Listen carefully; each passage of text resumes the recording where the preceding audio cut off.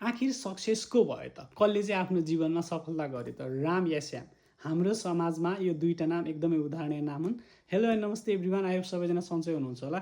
मैले यो sea is on the money भन्ने किताब पढ्दै गर्दाखेरि एउटा इन्ट्रेस्टिङ कुरा के थाहा पाएँ भनेपछि सक्सेसलाई डिफाइन गर्नलाई मान्छे अहिले कहाँ छ त्यसले चाहिँ खासै महत्त्व राख्दैन।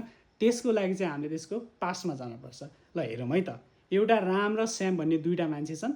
अहिले राम चाहिँ नम्बर 6 मा छ र श्याम चाहिँ नम्बर 7 मा छ। यसो हेर्दाखेरि चाहिँ के लाग्यो भने चाहिँ श्याम चाहिँ बढी सफलता गरिसकेको छ उसको जीवनमा। तर let's go to the past, तिनीहरूको पास्टलाई हेरौँ है त। सुरु गर्ने बेला चाहिँ श्यामले चाहिँ 4 नम्बरबाट गरेको थियो, 0 बाट नगरी उसले 4 बाट गरेको थियो र रामले चाहिँ 1 बाट गरेको थियो। द्याट मिन राम चाहिँ अहिले नम्बर 1 बाट 6 मा छ र श्याम चाहिँ नम्बर 4 बाट 7 मा छ। द्याट मिन के भयो कि यदि उनीहरूको जीवनमा रियल सफलतालाई हेर्ने हो भने चाहिँ राम चाहिँ श्यामभन्दा धेरै स्टेपहरू पार गरिसकेको देखिन्छ।